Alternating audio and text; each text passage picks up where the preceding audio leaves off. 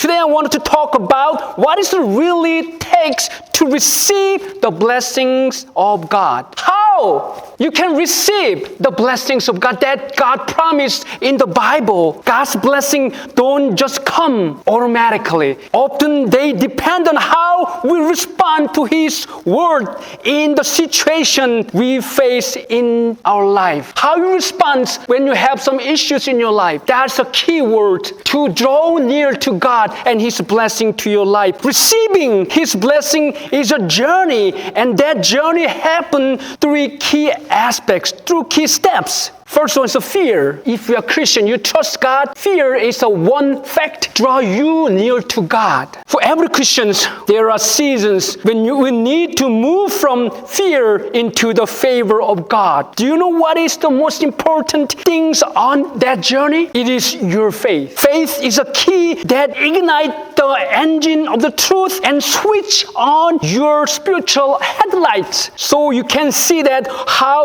what God is doing through the eyes of your faith, even in dark. Think about this. When you are driving at night, what the very first things you do? You start your engine, right? And then what's the next to do? Turn on your light. Without the headlights, you are stuck in the dark, unable to see road ahead. You have no idea where should I go in this way. Faith is the headlight of your spiritual journey. Turn on, switch on. In your life, fear is the darkness of the night surrounding you. The faith is the light that cuts through the darkness, showing you in the way forward. And favor, God's blessing, is the destinations waiting for you on the other side of the road. That is a process. Fear, faith, and favor of God. When faith goes before you, it turns your impossible into the possible. Until you turn on the lights of faith, you will remain stuck in fear, trapped in the uncertainty, unable to move forward onto the blessings that God has already prepared for you. Blessing is ahead of you. Go and get it. Today's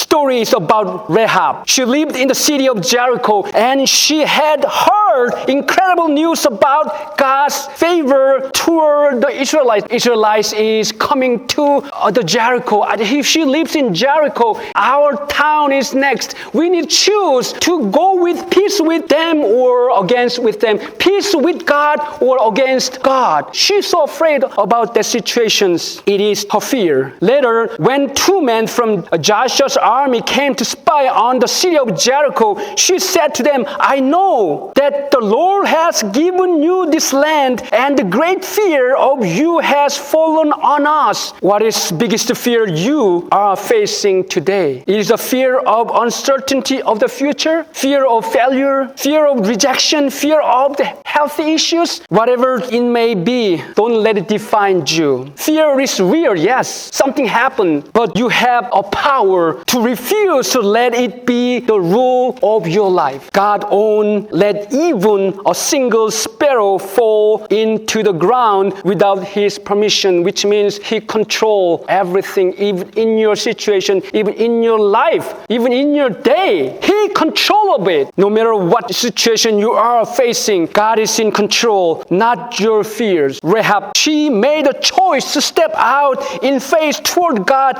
and confess who God was, and chose to believe that God could do what she was asking for. Here's the good news. Her plea was granted, and she and her family were the only one saved in the city of Jericho. Not everyone, only Rahab, who tried to follow and ask God's mercy on them. That fear was not a mean to destroy her. It was a wake-up call from God for her. Fear is working for Christian as a wake-up call. Fear wasn't that end. It was the beginning of her transformation. Sometimes God uses a fear to get your attention so He can invite you to come closer to Him. This is holy fear. Do you know what the favor of God looks like for Rahab after she decided to believe and took the risk to trust God through her action? When Jericho failed, she and her whole household were saved. And God didn't stop there. More things happened. She became the great-great-grandmother of King David. David. He was completely outsider, became insider, king's great-grandmother. Rahab's name is in the genealogy of Jesus. She was completely Jericho, Gentile,